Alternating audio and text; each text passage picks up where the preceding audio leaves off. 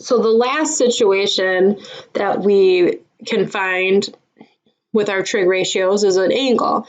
So in all the ones we did in situation 1 and 2, we knew one of the angles.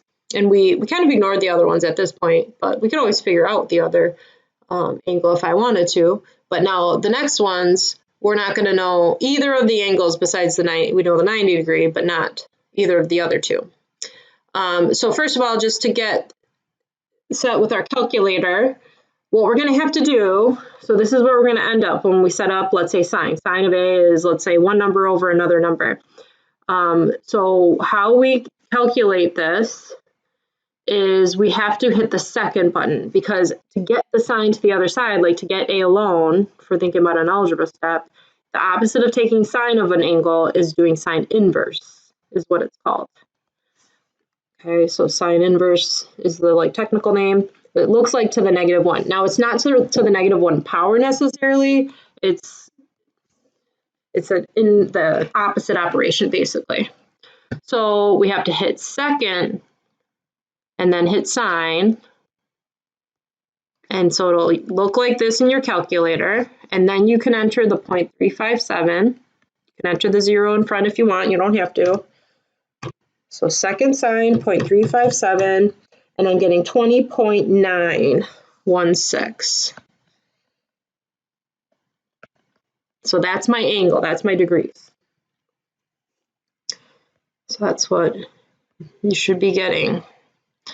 These other ones, so let's do a couple more. So nearest tenth of a degree will go with all of these. And that's pretty typical for angles, unless we're doing something really accurate, like entering the angle into maybe we're machining something really precise. We could just go to the nearest tenth of a degree otherwise. So second sine, so your calculator should show like this. It starts a parenthesis, 0.5. You don't have to end the parenthesis unless you're going to do other things after that, but we usually won't. So that's a nice even 30 degrees. Cosine, same thing. Second cosine, 0.087. 85. Pretty much even, almost an even 85. 85.0089573. You see something like that. Tangent inverse, 0.75. So second tangent, 0.75. That tangent to the -1, 36 point, to the nearest tenth would be 9, 36.9. Okay, next one, tan to the -1, second tan, 1.8 is 60.9 degrees. And in a minute, we'll get some triangles we'll kind of see if it makes sense. Next one, now when I hit second sine, 1.8, it's saying, in my calculator, it's saying domain error. Okay, same with cosine, 1.8. Okay, so if you get an error like this, that means something is set up wrong. Okay, I'm never going to give you a problem that you can't get an actual angle. So the reason this is not coming out right, if we think about the sine, and I'm going to draw out a triangle here. If this is the angle, opposite over hypotenuse. If you have sine of some angle is opposite over hypotenuse. That's our formula for sine. Notice the hypotenuse, the number on the bottom is always going to be bigger. Okay, anytime you take a smaller number divided by a bigger number, it's always going to be less than 1. You can't get more than 1 if you have something smaller over something bigger. Think about it, like 3/4, 5/16, 15/16. If that top side gets bigger, that's impossible on a right triangle to have the opposite being more than the hypotenuse. Hypotenuse is always bigger. Same with cosine, adjacent and hypotenuse. Hypotenuse is always the bigger side. So if you get a number more than 1 for that decimal, or even if you're putting the whole thing in your calculator and you get an error message, you probably have your sides upside down. Maybe you just need to switch your top and your bottom or something like that. So you shouldn't be getting that error message, but I want to do this to point out that this could happen. It'll maybe happen most likely at some point if you set something up a little wrong. So watch out for that.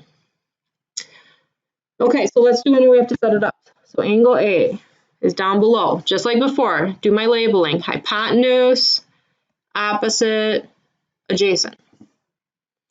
So in this case, so look at, now I know two sides. It's different than situation 1 and 2. With those ones, I only knew one side. So I know the hypotenuse and I know the adjacent. So those are the two I want to use here. So this one, adjacent and hypotenuse, A and H is cosine. So cosine of angle A, now I'm going to keep the A there because I don't know the degrees. I have nothing to plug in for A. So cosine A is adjacent over hypotenuse, so 1.3 over 1.5. Now, I know in the last problems we had decimals, so we could take 1.3 divided by 1.5, write down the decimal, and then do like we just did the last problems, but I like to not have to do that. All we have to do is right away do my second cosine button and enter 1.3 divided by 1.5. And you can enter parentheses to be safe, but you don't even have to. It'll do cosine inverse. It'll divide that first because it started that parenthesis. If you by chance have a calculator that doesn't start a parenthesis for you, you would have to.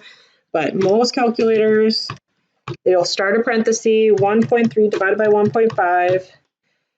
You should be getting right now 29.9 degrees.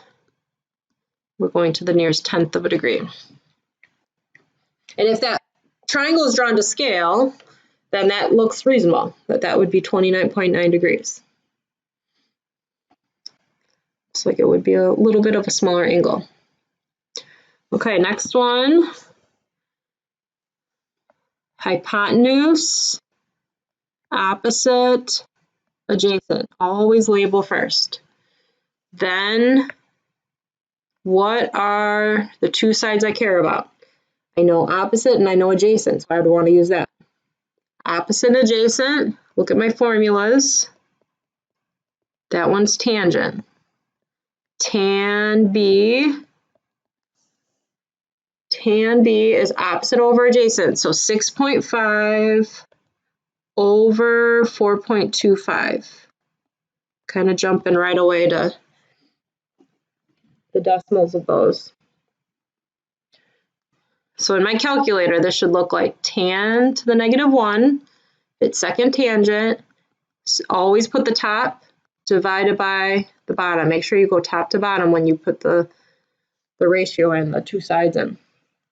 So second tan, 6.5 divided by 4.25. 56.8.